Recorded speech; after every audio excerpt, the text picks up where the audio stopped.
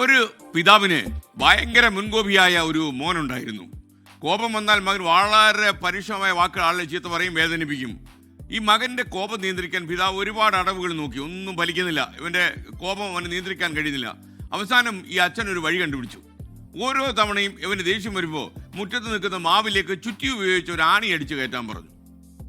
പിതാവ് മോന് നല്ലൊരു ഉപദേശം കൊടുത്ത് കുറേ ദിവസങ്ങൾ കടന്നുപോയി.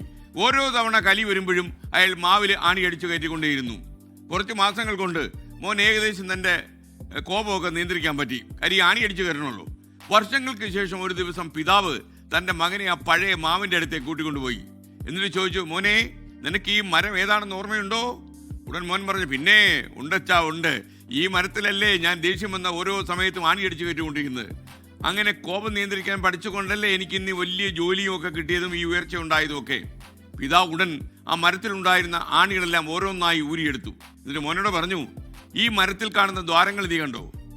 മോനൊന്ന് നോക്കി. മരം നിറച്ച് ദ്വാരങ്ങളാണ്.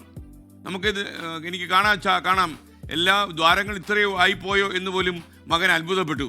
അതിന് മറുപടിയായിട്ട് അച്ഛൻ പറഞ്ഞു, ഈ മരത്തിലെ ദ്വാരങ്ങൾ മറ്റുള്ളവരുടെ മനസ്സാണ്. അതിൽ തറച്ചിരിക്കുന്ന ആണികളാണെങ്കോ നീ പറഞ്ഞ വാക്കുകൾ. ആണി പറിച്ചപ്പോഴുള്ള ദ്വാരങ്ങൾ നിന്റെ വാക്കുകളാൽ മറ്റുള്ളവരുടെ മനസ്സിനേറ്റ മുറിവുകളാണ്. നിനക്ക് മനസ്സിലായോ?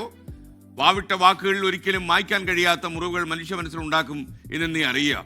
കുത്തുവാക്കുകൾ പറയുമ്പോൾ നിങ്ങൾ അറിയണം, മനസ്സിനെ അത് ആഴത്തിൽ സ്വാധീനിക്കും, വേദനിപ്പിക്കും. അതിനാൽ വാക്കുകൾ നമ്മൾ വളരെ ശ്രദ്ധയോടെ ഉപയോഗിക്കണം. വാവിട്ട വാക്ക് എന്ന് പറയാറില്ലേ, പോയാ പോയി. കോപം നിയന്ത്രിക്കാൻ പറ്റില്ലെങ്കിൽ നമുക്ക് എന്താ ചെയ്യുക? നമ്മൾ ബാത്റൂമിലേക്ക് ഓടി കയറി മുഖത്ത് വെള്ളം തളിച്ചുകൊണ്ടേയിരിക്കുക. കോപം നിയന്ത്രിക്കാൻ പറ്റിയെന്നല്ല, എല്ലാവർക്കും അങ്ങനെ നിയന്ത്രിക്കണമെന്നില്ല. ഈ മുൻകോപം എന്ന് പറയുന്നത് ഒരു മനുഷ്യ സ്വഭാവമാണ്. പക്ഷെ അത് പരമാവധി നിയന്ത്രിക്കേണ്ടതിൻ്റെ ആവശ്യകത എന്താണെന്ന് ചോദിച്ചാൽ എതിരെ നിൽക്കുന്ന ആൾക്കാരുടെ മനസ്സിനെ അത് കീറി മുറിക്കും. പരമാവധി നിയന്ത്രിക്കാൻ ശ്രമിക്കുക. നമുക്ക് ഉപദേശിക്കാൻ എളുപ്പമാണ്, നടപ്പിലാക്കുകയല്ലേ പാട്. അപ്പോൾ ഈ ഒരു നല്ല ചിന്തയോടെ നമുക്ക് ഇന്നത്തെ മോർണിംഗ് ഷോ തുടങ്ങാം. എല്ലാവർക്കും ഒരിക്കൽ കൂടി സ്വാഗതം.